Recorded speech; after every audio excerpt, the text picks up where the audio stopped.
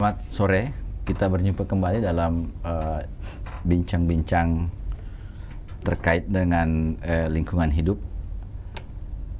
Kali ini kita akan membahas tentang demokrasi, ekologi, dan peran partai politik di Sulawesi Selatan. Tribuners, di studio saya bersama dengan seorang narasumber yang cukup kapabel membahas soal ini. Beliau adalah Endang Sari. Selamat sore Ibu Endang. Selamat sore Kak.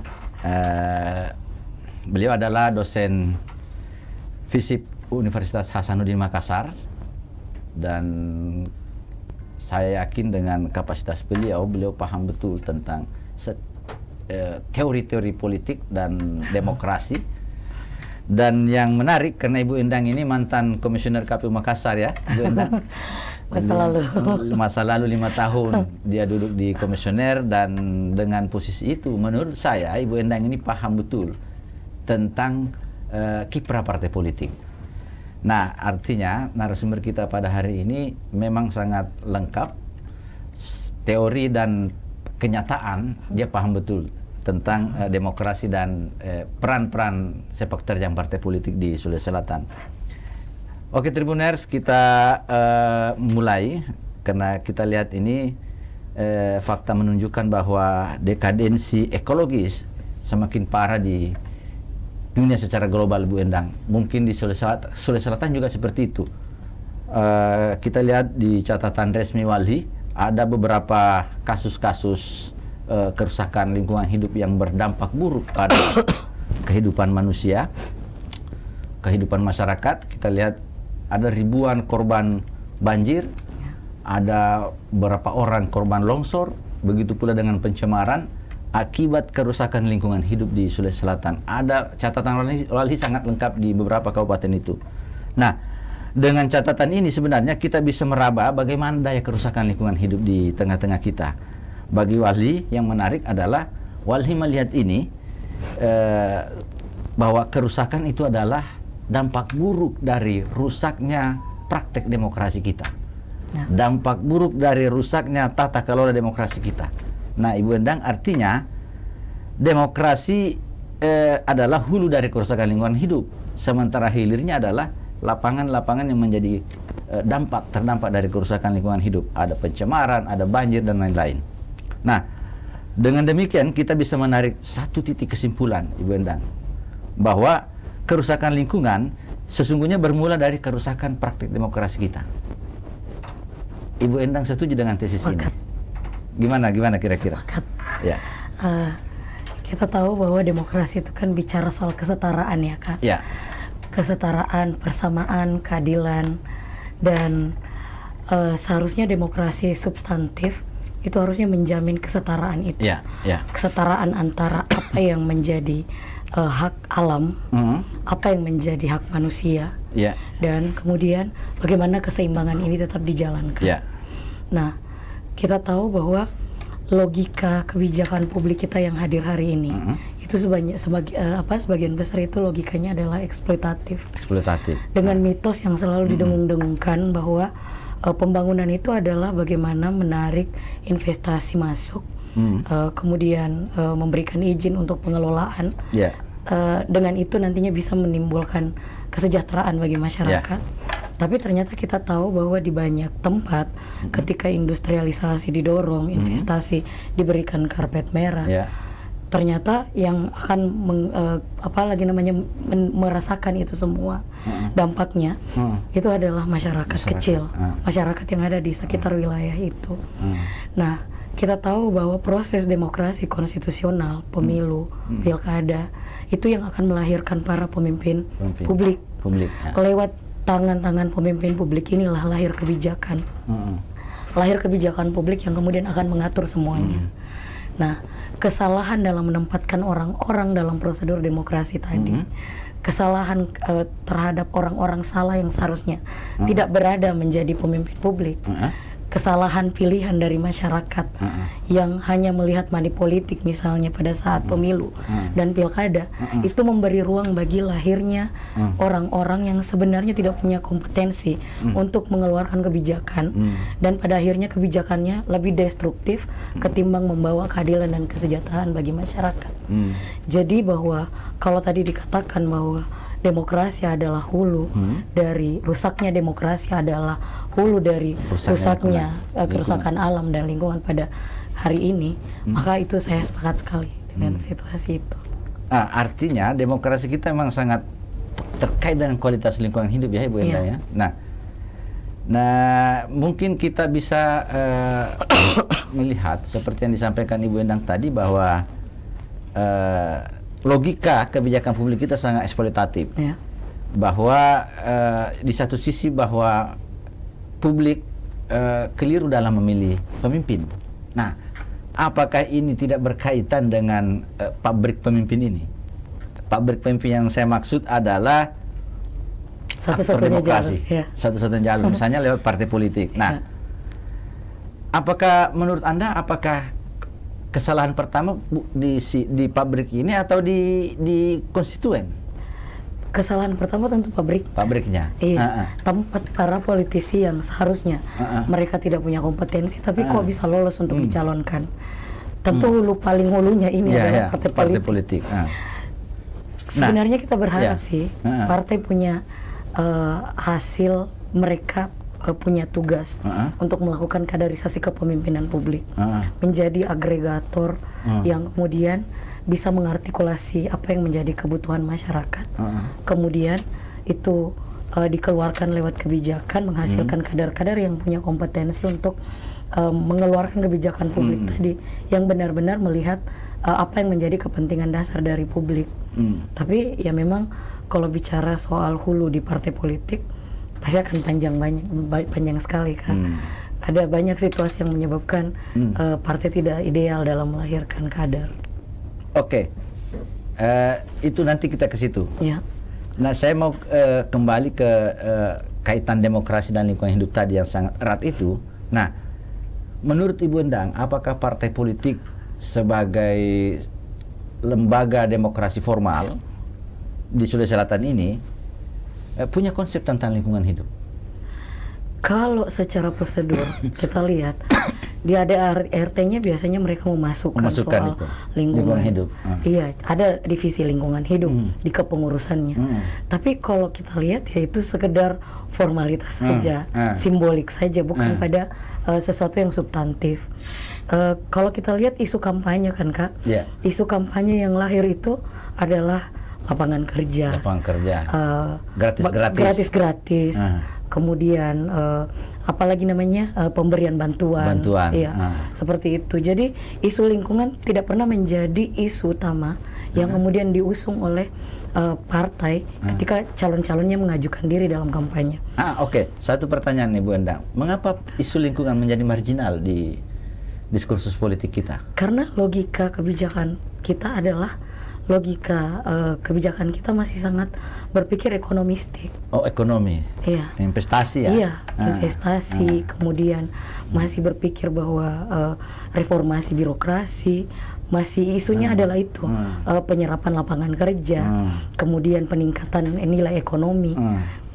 Jarang sekali, bahkan hampir tidak ada yang kemudian menyuarakan dengan sangat tegas bahwa kami misalnya adalah partai yang membedakan kami dan partai lain adalah karena keberpihakan kami pada lingkungan.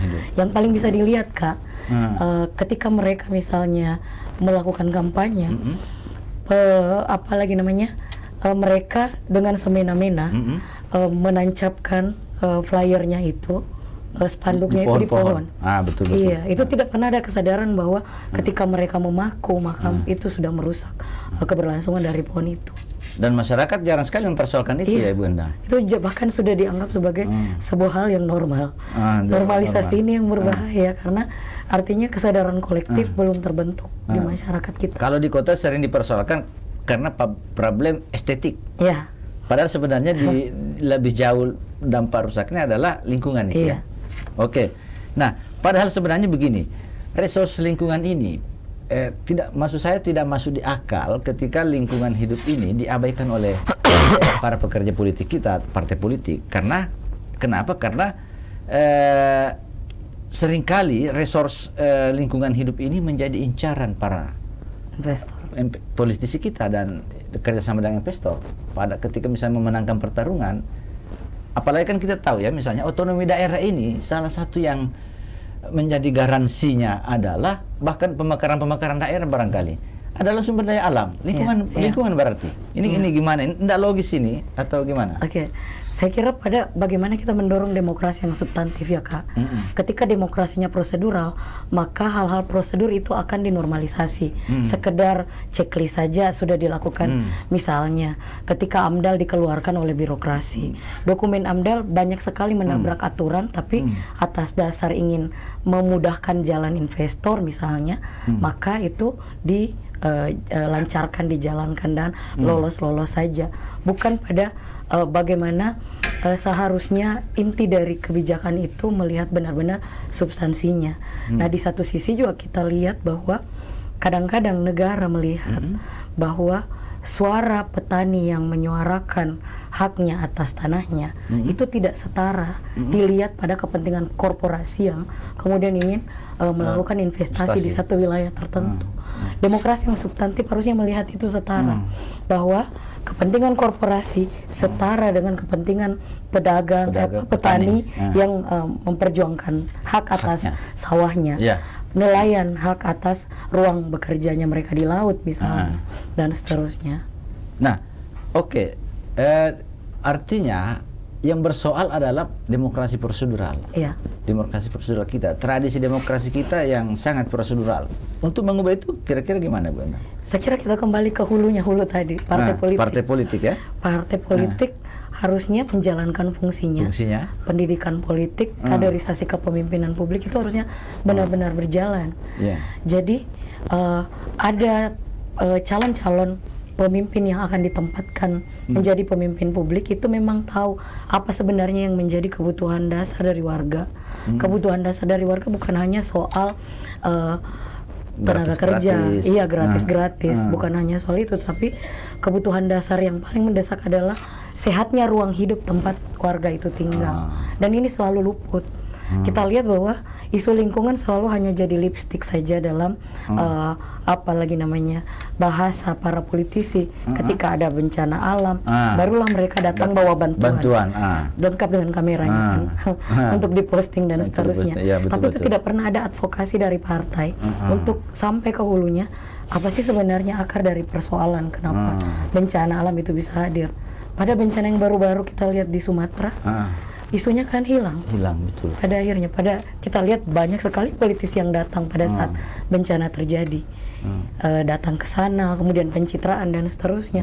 Tapi apakah kita mendengar bahwa ada partai yang dengan konsisten mengadvokasi hulu dari apa sebenarnya persoalan? Kenapa bisa hutan di sana jadi gundul? Kenapa bisa izin itu diberikan? Kenapa bisa misalnya hutan semakin sedikit dan itu berubah jadi industri? Atau jangan-jangan orang-orang kelompok-kelompok mereka ini yang mencukur hutan-hutan itu? Nah, itu dia. Seharusnya partai memberikan pendidikan soal itu. Tapi ini Bu Endang, saya pernah waktu kasus kejadian di Sumatera itu, saya melihat bahwa efek dari kerusakan lingkungan di sana bukan hanya pada korban, tetapi rakyat di tempat lain. Ada masyarakat, saya baca di media itu, ada masyarakat lagi gangguan jiwanya terganggu karena dampak sana. Apa yang membuat jiwa dia terganggu? Itu karena dia melihat pemerintah kita ini sangat tega, gitu.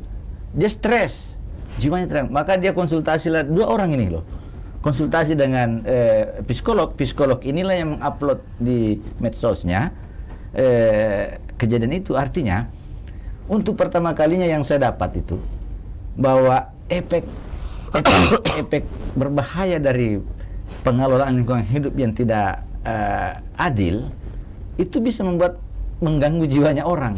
Harusnya kan mereka protesnya lari ke polisi, kemana, ke DPR. Ini justru dia ditangani oleh psikolog. Ini sangat kejadian aneh ini.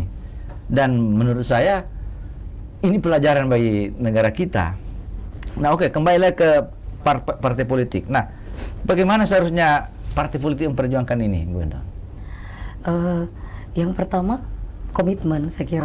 Komitmen dari partai yang kita tunggu. Bagaimana partai melahirkan kader-kader yang memang siap untuk melahirkan kebijakan publik yang berpihak pada masyarakat banyak. Jadi kadernya memang harus baik, kadernya memang harus kompeten. Nah, persoalan selama ini kenapa kadernya tidak kompeten? Karena di partai politik juga sudah sangat transaksional.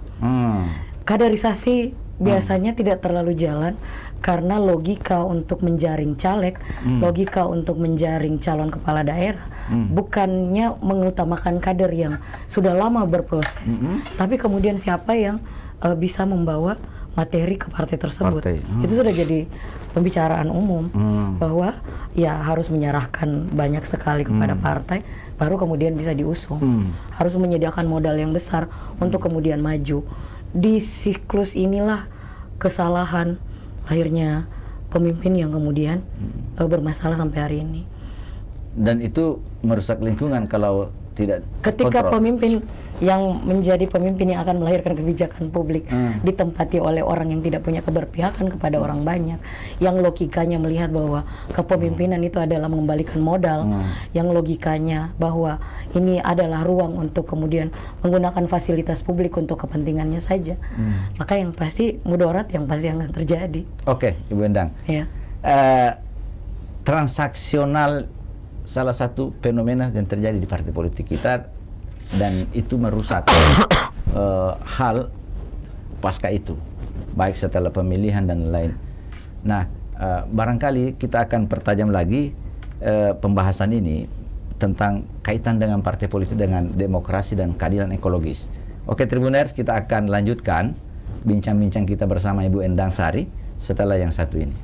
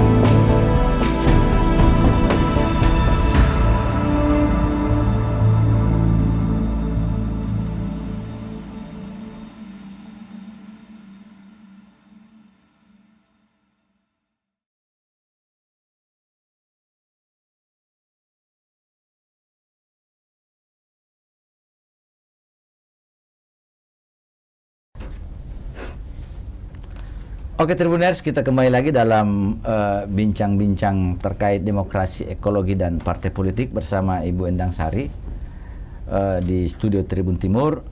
Kita akan lanjutkan kembali diskusi ini, bincang-bincang ini. Saya mau bertanya sama Ibu Endang, apakah partai politik menurut pengamatan Ibu Endang ya selama ini serius mendorong masyarakat atau tidak pernah mendorong masyarakat dalam mengawal kebijakan-kebijakan yang rentan dengan lingkungan hidup tadi? Kalau nampaknya itu masih sangat kurang. Masih sangat kurang ya. Ada yang menyuarakan tapi tidak konsisten mengawal. Misalnya itu hanya terjadi pada saat ada bencana, kemudian ada kritik, partai tampil mengkritik bahwa ada yang salah pada pengelolaan ini. Tapi biasanya orientasinya adalah menyerang lawan politiknya, yang kemudian berbeda haluan dalam proses pengelolaan. Iya. Bukan dalam memperbaiki lingkungan kelihatannya hidup. Karena advokasinya tidak maksimal. Jadi hanya sekilas, kemudian hanya pada saat terjadi bencana, dan kita tidak pernah melihat bahwa itu dilakukan dalam jangka waktu yang lama dan konsisten. Dan memang tidak pernah ada program kita dengar ya, partai politik ini misalnya pro lingkungan hidup. Sejauh ini tidak sampai. Tidak ada. Yang banyak yang tadi Ibu Endang bilang gratis-gratis, terus bantuan-bantuan, charity. Nah itu. Nah oke. Nah sekarang ini kan partai politik ini berlomba-lomba merekrut anak muda, baik yang disebut Gen Z itu, baik dalam pencalekan maupun dalam pengurus. Nah, untuk mengukur misalnya aspek lingkungan hidup tadi ini, apakah parpol mendorong anak muda untuk mengawal atau memperjuangkan lingkungan hidup di internalnya? Kita sih berharap dengan kehadiran anak muda, mereka bisa merubah partai. Isu lingkungan itu dekat dengan isu anak muda. Anak muda biasanya paham bagaimana misalnya Hari Bumi, paham dengan bagaimana mengganti plastik dengan tumbler, paham itu, bahkan ada yang sudah menjadikan itu sebagai gaya hidupnya. Tren hidupnya. Anti pada plastik misalnya. Kita berharap spirit seperti itu bisa merubah status quo selama ini yang sudah lama di partai politik. Mereka bawa warna baru. Nah, harapannya mudah-mudahan dalam proses rekrutmen Gen Z tadi itu tidak memprioritaskan lagi pada siapa anaknya siapa dan siapa. Tapi kita sih berharap bahwa memang yang direkrut adalah anak muda potensial. Anak muda yang punya keberpihakan terhadap isu lingkungan. Misalnya anak-anak Mapala direkrut ya. Harusnya direkrut partai politik ya. Mereka kreatif. Atau anak-anak Wali bisa. Iya sih sebenarnya Kak, karena biasanya apalagi kesalahan terjadi karena yang paham memilih untuk tidak terlibat, memilih untuk berada di pinggir misalnya, dan mengadvokasi dalam cara yang lain. Kita sih berharap bahwa ruang politik itu menjadi ruang yang semuanya bisa masuk. Karena tidak ada yang lepas dari politik. Kebijakan, segala kebijakan yang mengatur hidup kita, saya kira itu harus keluar lewat keputusan politik. Itu harus lewat ke pemimpin politik. Makanya ruang politik adalah ruang bagaimana sebenarnya membawa idealisme kita untuk kemudian merubah menjadi sesuatu yang lebih baik dalam kehidupan. Nah, partai politik kita ini kan punya banyak sumber daya sebenarnya ya, Ibu Endang. Punya banyak sumber daya. Misalnya dari pengurus, dari caleg, dari legislatornya, anggota yang duduk misalnya, bahkan pemimpinnya yang terpilih di daerah misalnya. Salah satu ini ketika terjadi kerusakan lingkungan, mereka ini kemana kira-kira? Karena kan begini, seperti yang Ibu Endang sampaikan tadi, mereka itu kan hadir ketika ada bencana, tetapi itu bukan advokasi. Mereka datang selfie, bagi bantuan, lalu dipublikasi. Nah, artinya mereka tidak menyelesaikan masalah, ya. Mereka seolah-olah bencana ini adalah panggung. Nah, menurut Ibu Endang itu apa? Kenapa bisa seperti itu? Ruang politik kita apa itu tidak berkaitan dengan etika politik? Iya sih, seharusnya secara etika politisi itu mengawal dan benar-benar mengadvokasi untuk kemaslahatan masyarakat banyak. Nah, saya kira memang di ruang politik ini yang harusnya jadi pertarungan gagasan ideal dari semua pihak. Dalam hal ini kita lihat bahwa sayang sekali tapinya bahwa ruang politik kita itu dikooptasi oleh apa lagi namanya klan-klan yang kemudian menyebabkan politik kita menjadi homogen, hanya diisi oleh klan berkuasa, klan yang dari ruang yang punya modal, klan yang kemudian terkenal artis, figur populer.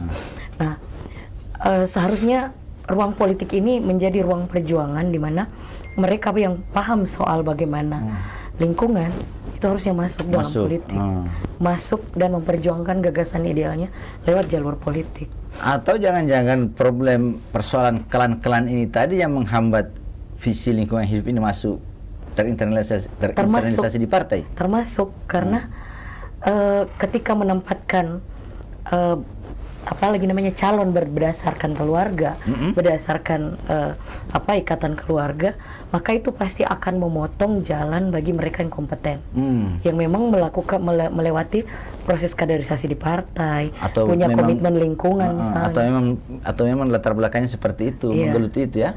Tetapi karena biasanya tidak punya modal, maka tidak mendapatkan posisi strategis di partai. Nah, ini yang kita sayangkan ketika partai dinasti itu berlaku di dalam partai. Dinasti membangun diri di dalam partai. Itu merusak peluang mereka yang punya kompetensi dan keberpihakan kepada publik untuk kemudian punya peluang untuk mencalonkan diri dan kemudian dipilih oleh masyarakat.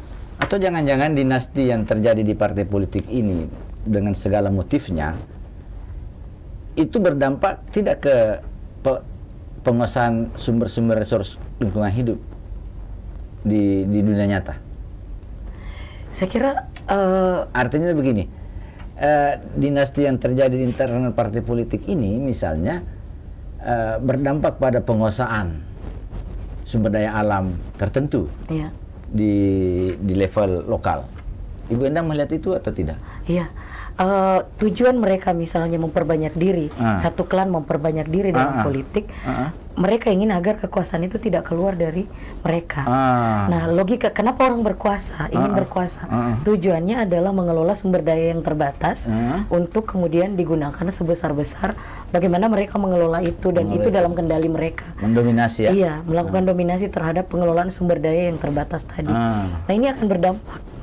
Karena ketika logikanya adalah bahwa tidak boleh keluar dari pengelolaan mereka, maka pasti tidak ada meritokrasi di situ, tidak ada profesionalisme di situ, dan bisa jadi kompetensinya dipertanyakan. Asal mereka saja yang duduk, kemudian tidak melihat bahwa harus orang yang pantas yang duduk di situ. Kalau misalnya partai politik ke depan 2029 misalnya, Bu Endang melihat ada enggak keinginan gejala lah hari ini misalnya yang menandakan bahwa partai politik di 2009 akan lebih baik, serius mengurus lingkungan hidup? Sampai hari ini saya masih pesimis. Pesimis ya? Ada banyak hal sih sebenarnya kalau kita urai persoalan di partai politik sehingga tidak bisa melahirkan calon yang kompeten. Pertama bahwa partai politik itu dalam membiayai dirinya itu memberi ruang bagi sumbangan dari luar partai. Ini membuka ruang politik transaksional. Itu satu. Bahwa sumbangan swasta bisa membiayai partai politik yang kemudian itu bisa meminggirkan kader-kader kompeten yang dimiliki oleh partai di dalam perebutan posisi strategis. Misalnya partai yang kemudian memilih calon mana yang akan didudukkan di nomor 1, di nomor 2, di nomor 3 di daftar caleg misalnya. Peluang terpilih nomor 1 dan nomor 5 itu tentu berbeda. Wewenang partai punya sangat besar dan hanya partai yang punya wewenang untuk mengatur nomor urut tersebut misalnya. Apalagi pemilihan kepala daerah misalnya. Kita tahu bahwa jarang sekali kepala daerah yang mau lewat jalur independen. Karena harus ada banyak harus mereka biasanya lewat partai untuk stabilisasi pemerintahannya pasca terpilih nanti misalnya, atau banyak alasan. Nah, ketika misalnya pencalonan kepala daerah tidak melihat kader yang tidak memprioritaskan kader yang selama ini berproses di partai, tetapi mengambil mereka yang membawa modal yang lebih besar untuk memenangkan kampanye, untuk apa lagi namanya, membiayai tim dan seterusnya. Di titik itulah kita tidak bisa berharap banyak dari partai politik. Di titik itulah kita akan sangat pesimis dengan pengelolaan sumber daya yang terbatas di negara kita ini. Atau memang sistem pemilu kita ini yang terlalu percaya sama partai politik kali, Ibu Endang? Ya memang harus pelembagaan demokrasi memang harus lewat partai politik. Iya. Makanya saya sih percaya bahwa partai tetap punya harapan, tapi memang harus ada harapan untuk bagus. Tapi memang harus pembenahan besar-besaran. Dan saya kira juga untuk strategi elektoral memenangkan kampanye misalnya, partai kalau tidak punya diferensiasi dengan partai lain, mengawal isu tidak jelas, sama dengan tidak jelasnya dengan partai lain, itu juga sebenarnya akan merugikan partai, karena mereka harus mengeluarkan. Dan itu yang terjadi hari ini, itu yang terjadi hari ini. Tidak ada kekhasan dari setiap partai. Tidak ada diferensiasi yang dibawa dari setiap partai bahwa kami mengawal isu lingkungan loh, kami mengawal isu perempuan loh, kami mengawal isu kelompok rentan loh. Tidak ada. Yang ada ya pokoknya sama. Kita melihat ini ruang kita, bagaimana caranya memenangkan hati masyarakat dengan bantuan-bantuan langsung dan pemberian langsung. Dan sayang sekali masyarakat tidak sadar akan hal itu ya. Masyarakat juga kita harus bertanggung jawab semuanya untuk pendidikan politik tetap harus dilakukan. Walhi salah satunya ya. Itu. Nah, oke, Ibu Endang.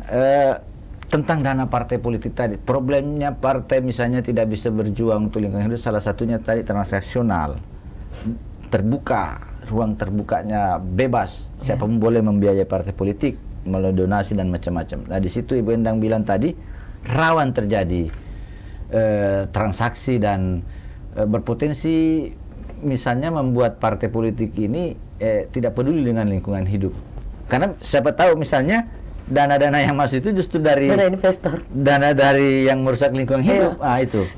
Nah, tapi menurut saya yang paling penting adalah partai politik ke depan ini memang harus membangun ciri khasnya. Salah satunya soal lingkungan hidup. Lingkungan hidup ini menjadi persoalan global dan bahkan menjadi persoalan kita hari-hari sebenarnya. Nah, untuk misalnya membangun tradisi politik yang pro lingkungan hidup, itu gimana caranya, Ibu Endang? Kan ini bisa di luar ekstra partai politik, bisa di luar eksternal parlemen, mungkin di kelompok-kelompok komunitas masyarakat sipil, atau bisa melakukan itu, atau gimana caranya itu, Bu Endang? Saya kira semua harus berjalan dan menyuarakan akademisi juga sama-sama semua ini menjadi tanggung jawab bersama terkait bagaimana lingkungan hidup, karena ini bicara soal keberlangsungan ruang hidup kita sama-sama. Bencana alam kita tidak tahu kapan datangnya, dan itu akan menelan rumahnya siapa, itu akan menelan lingkungannya siapa, itu kita semua akan terdampak dengan itu. Artinya tanggung jawabnya, kita semua punya tanggung jawab terhadap itu. Partai, media, teman-teman OMS, NGO, apalagi namanya, akademisi, mahasiswa, kita semua punya tanggung jawab terhadap itu. Tapi memang saya sih bayangannya, Kak, kehadiran Gen Z yang sangat melek teknologi dan isu-isu kontemporer, itu harapan baru dalam praktek politik kita. Kalau kita lihat DPT KPU misalnya, 60%-nya itu adalah kombinasi jumlah antara Gen Z dan milenial. Ini dua klaster pemilih yang sangat terbuka dengan isu-isu lingkungan. Mereka yang kemudian banyak mengakses media sosial dan terbuka dengan isu itu. Nah, kedepannya saya kira cara-cara konvensional, kalau partai tetap ingin mempertahankan pola-pola kampanyenya dengan mengusung cara-cara lama, misalnya cara Orde Baru tetap dibawa ke hari ini, cara konvensional masih dibawa ke hari ini, maka pemilih tidak bakalan tertarik dengan politik. Mereka bisa jadi ditinggalkan oleh pemilih. Kita tahu generasi hari ini tuh sangat kreatif, sangat kritis. Ini peluang sebenarnya bahwa isu lingkungan itu bisa didorong, dan partai harusnya bisa mentransformasi dirinya untuk melihat perkembangan ini. Klaster pemilih sudah berubah. Yang menguasai ceruk pemilih sekarang adalah milenial dan Gen Z. Mereka native digital. Mereka terbuka dengan isu-isu yang tidak pernah dibayangkan oleh orang tuanya sebelumnya. Isu tentang bagaimana ruang hidup yang lebih layak. Isu tentang bagaimana bumi harus disayangi, isu tentang bagaimana mereka anti plastik misalnya. Ini harapan besar bagi bagaimana lingkungan kita ke depannya. Tapi kan begini Bu Endang, mengapa Gen-Z ini tidak terakomodir gagasan-gagasannya yang berkaitan dengan lingkungan hidup tadi itu di internal partai politik? Ataukah partai politik ini yang sebenarnya tidak ikhlas menerima Gen-Z ini? Partai saya kira belum membuka ruang yang lebar kepada Gen-Z. Itu kenapa itu begitu? Ya karena sistem partai belum direformasi dengan melihat situasi hari ini. Belum melek bahwa klaster pemilih berubah loh. Yang kemudian akan diperebutkan, suara yang akan diperebutkan jauh lebih kritis dibandingkan. Atau jangan-jangan karena partai politik ini dikendalikan oleh kaum tua. Mereka yang memegang pucuk pimpinan partai politik hari ini itu masih generasi baby boomers dan generasi X. Mereka masih dengan logikanya yang masih sangat tertutup dengan perkembangan misalnya. Nah, tapi harus segera mentransformasi diri karena ceruk pemilih sudah berubah. Tidak mungkin akan bisa memenangkan pemilu ketika tidak main pada isu di 60% total DPT ini yang dihuni oleh Gen Z dan milenial. Jadi partai mau tidak mau harusnya juga berani untuk mentransformasi diri karena ini untuk kepentingan elektoralnya. Kemudian yang kedua, kita harap bahwa memang ada komitmen ekologis yang dimiliki oleh partai. Seperti itu sehingga menjadi sarana kaderisasi untuk melahirkan kepemimpinan publik yang pro terhadap lingkungan dan keberlanjutan. Atau jangan-jangan itu Ibu Endang, bagaimana dengan aspek kompetensi Gen Z sendiri? Gen Z masih menganggap bahwa, kalau saya melihat Gen Z masih sibuk dengan dirinya, belum menganggap bahwa ketika keinginanmu gagasan idealmu yang kamu bayangkan itu mau diwujudkan, itu tidak cukup dengan bikin konten yang viral, tapi harusnya itu masuk lewat kebijakan dan hanya melalui politik lah itu bisa jadi kebijakan yang mengatur semua orang. Kalau kontennya sekedar viral, maka itu hanya akan mempengaruhi viewersnya saja, orang yang terpapar dari konten tersebut. Tapi ketika ini harus dijalankan, semua mesin birokrasi menjalankannya, dan ini diterapkan di semua kalangan harus menerimanya sebagai kebijakan, maka jalur politik adalah jalur perjuangannya. Dan harusnya masuk lewat jalur formal tadi. Atau jangan-jangan, saya tangkap Pak Gen Z ini kesadaran tentang perjuangan itu, perubahan kira-kira ya, perjuangan untuk mengubah misalnya lingkungan hidup dan lain-lain itu belum, masih standar atau belum menjadi kesadaran kolektif? Belum menjadi kesadaran kolektif. Masih menjadi kesadaran individu ya. Iya. Atau komunitas-komunitas saja. Atau sebatas untuk viral-viral saja. Mudah-mudahan tidak seperti itu. Tapi kita berharap bahwa kesadaran kolektif itu hadir sehingga kemudian bicara soal lingkungan, itu bicara soal masa depan kita, itu bicara soal ruang hidup kita yang harapannya lebih baik.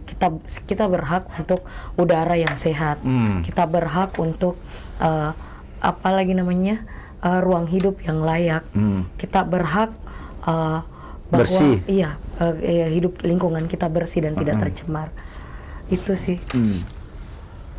Oke Bu Endang, untuk Tribuners kita akan lanjutkan setelah yang satu ini. Kita akan kembali bersama Bu Endang, mungkin sisa beberapa menit kita manfaatkan untuk itu, dan kita kembali ke setelah yang satu ini.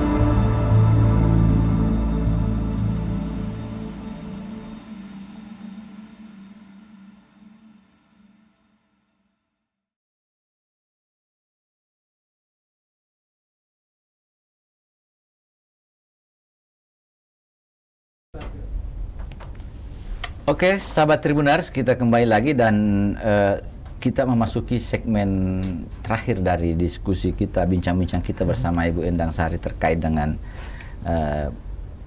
demokrasi, ekologi, dan peran partai politik di Sulawesi Selatan ini. Segmen terakhir ini, Ibu Endang, saya ingin mendengarkan apa closing statement Ibu Endang terkait dengan tema kita hari ini. Demokrasi, ekologi. Demokrasi, ekologi, dan partai politik. Ya, demokrasi ekologi itu saya kira bukan hanya soal prosedur pemilu semata, tapi ini ruang bagi warga negara, bagi masyarakat untuk kemudian merebut kebijakan itu, yang selama ini kebijakan itu seolah-olah itu hanyalah milik negara dan milik para teknokratis atau para ahli, tetapi kemudian masyarakat dijadikan penonton saja. Saya kira demokrasi ekologi adalah masyarakat berhak untuk memperjuangkan ruang hidupnya dan mereka berhak untuk aktif berpartisipasi dalam perumusan kebijakan, dan partai politik dalam hal ini harusnya mengawal itu. Bagaimana harusnya partai politik mengawal itu? Ya, saya kira pertama isu lingkungan menjadi isu yang berani ditawarkan oleh partai politik sebagai tujuan dari partai tersebut, ideologi dari partai tersebut. Kemudian partai harusnya berhenti untuk melihat bahwa isu lingkungan itu adalah isu sesaat saja yang ketika bencana baru kemudian dihadirkan, tetapi harusnya ada tujuan jangka panjang, bahwa isu lingkungan adalah isu masa depan kita bersama. Makanya kaderisasinya benar-benar dilakukan secara serius, sehingga kemudian lahir figur-figur yang menjadi hasil dari kader partai politik yang siap melahirkan kebijakan publik yang memberikan hak yang sama kepada lingkungan juga, bahwa lingkungan itu bukan hanya ajang untuk eksploitasi, tetapi lingkungan adalah ruang bersama di mana kita akan tumbuh bersama dan kita akan meraih kesejahteraan bersama-sama tanpa ada ancaman bencana sewaktu-waktu. Oke, terima kasih Bu Endang. Saya pikir diskusi kita pada sore hari ini menurut saya sangat produktif ya. Dan Tribuners, tadi demikianlah diskusi kita tadi bersama dengan Ibu Endang Sari terkait dengan demokrasi, ekologi, dan peran partai politik. Banyak sekali tadi yang disampaikan Ibu Endang, ini menarik, dan bahkan sampai ke hal-hal teknis bagaimana seharusnya partai politik memperjuangkan lingkungan hidup itu. Kita berharap partai politik di Sulawesi Selatan ini mendengarkan diskusi ini dan menindaklanjutinya menjadi program internal di partai politik ya Bu Endang ya, supaya ke depan masyarakat kita cerah, politisi kita cerah, partai politik kita cerah, pemerintah kita cerah, dan masyarakat juga cerah. Ya, saya kira itu ya. Saya kira itu yang kesimpulan yang diskusi kita pada sore hari ini. Saya tidak bisa menyebut satu persatu, tetapi satu hal yang penting yang kita harus paham, sebagaimana yang disampaikan Ibu Endang Sari tadi, bahwa persoalan demokrasi berkait langsung dengan kualitas lingkungan hidup.